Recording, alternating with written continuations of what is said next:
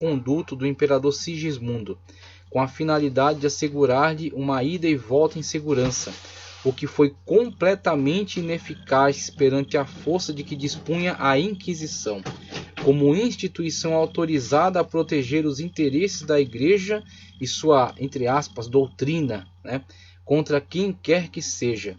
Assim é que, tragicamente, em 6 de julho de 1415, esse guerreiro foi condenado à fogueira, perante a qual avançou como era de se esperar de um mártir que entrega sua vida pela verdade de Cristo, oferece-se como um holocausto para Deus, com o fim de humilhá-lo, vestem-no com trajes sacerdotais, proferem diante dele um sermão contra suas heresias, logo após arrancam da sua mão o cálice,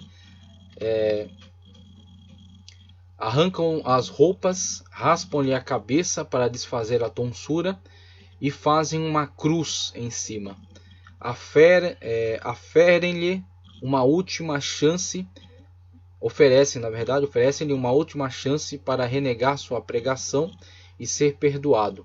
Ao que responde: Deus é minha testemunha de que as evidências contra mim são falsas. Sempre ensinei ou preguei com a intenção de salvar homens, se possível, de seus pecados. Na verdade do Evangelho escrevi, ensinei e preguei. Hoje, de bom grado, morrerei. Morrerei por esta palavra da verdade em Cristo Jesus. Diante disso, foi queimado vivo enquanto cantava salmos. Após ele também foi queimado seu discípulo e defensor, Jerônimo de Praga, um ano depois. Sua morte covarde em desrespeito ao salvo-conduto gerou uma grande revolta entre os boêmios, que se insurgiram derrotando o imperador alemão e levaram o caos a grande parte da Alemanha, interferindo nos negócios de toda a Europa. Na verdade, um prenúncio das agitações políticas e sociais que consequentemente terão lugar após a Reforma. Outras importantes consequências foi o surgimento de um grupo denominado Irmãos Boêmios, que passaram a se constituir, juntamente com os valdenses, em um importante grupo vivendo à parte da Igreja Católica. Veja aí os grupos que fortalecem, né, esse grande rio caudaloso que será a Reforma. Então são confluentes, né, estão alimentando cada vez mais esse movimento de reforma, exigindo um posicionamento da Igreja, cobrando reformas, cobrando mudanças. Quando não serão atendidos, então necessariamente virá a ruptura com a grande reforma.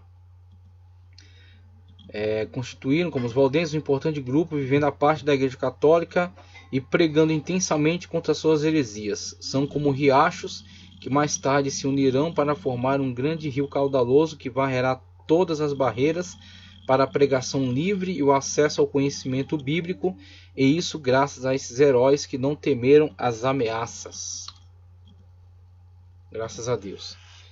Outro exemplo magnífico, outro exemplo muito interessante acerca daqueles que se posicionaram contra as heresias, contra as distorções da igreja, de dentro mesmo da igreja, que intencionavam que as lideranças dessem ouvidos e buscassem conserto, buscassem uma conversão, uma mudança de atitude, um retorno ao Evangelho, mas não foram atendidos. Muitos exemplos de pessoas que brigaram, lutaram, tentaram reformar esta catedral de dentro dela mesma.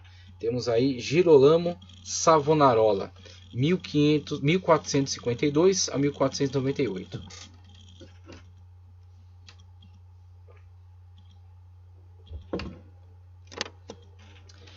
E na senda desses corajosos que não tiveram sua vida por extremamente preciosa em comparação com a pregação da verdade do Evangelho de Cristo e a denúncia de todos os erros nos quais a igreja estava envolvida, não podemos deixar de mencionar o ardoroso pregador florentino que, como os demais, buscava de dentro da catedral empregar ações que viessem a interromper o processo de corrosão de suas estruturas, que avançava por meio da corrupção, da heresia e da sede de poder, o que em breve a levaria à total ruína.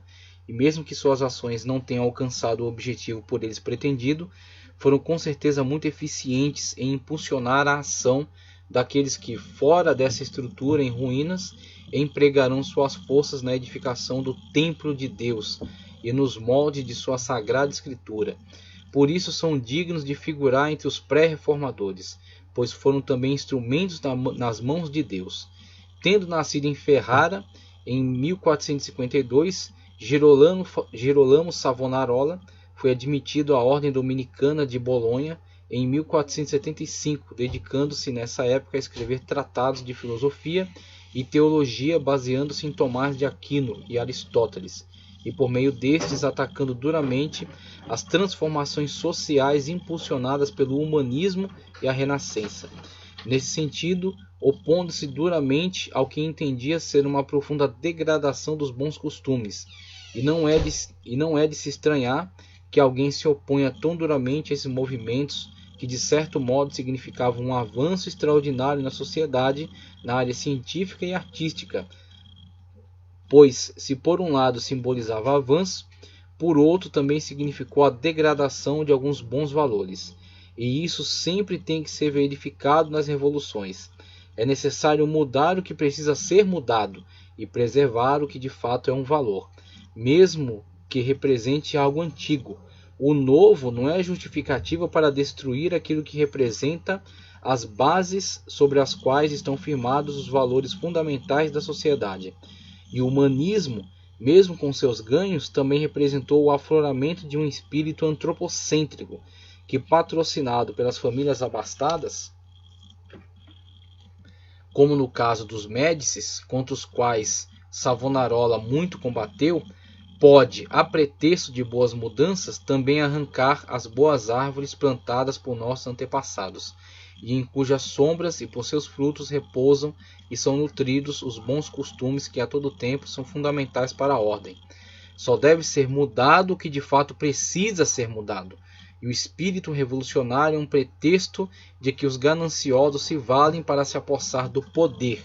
Então, a briga muitas das vezes não é por melhoria, e somente por poder. Mudanças muitas das vezes não significam melhoria, mas somente mudanças, e muitas das vezes mudanças que não são analisadas corretamente e podem futuramente gerar caos, gerar destruição. Muitas das vezes a única coisa que se busca é a desestabilização, porque uma vez que há desestabilização, há uma substituição de poder. Então muitas das vezes vemos grupos políticos incentivando certas mudanças sociais para desestabilizar a sociedade e assim ocupar o poder. E nesse viés foi o bravo pregador percorrer as cidades italianas a fim de assegurar que as ondas de novidades não removessem da sociedade tudo aquilo que por tanto sangue os antepassados conseguiram erguer e que sustentava o pouco que ainda havia de admirável em uma sociedade que a passos largos se degradava debaixo do péssimo exemplo de líderes políticos e eclesiásticos corruptos. Percorreu a cidade de Toscana e da Itália setentrional, até que por volta de 1491 foi nomeado como prior do convento de São Marcos em Florença, onde desempenhou a fase mais importante e mais controversa de seu ministério. Não hesitou em atacar duramente os maus costumes da poderosa família dos Médici. Seus inflamados discursos angariaram as atenções de enorme público de admiradores, bem como de adversários perigosos, e até mesmo lançou condenação expressas aos maus costumes encontrados entre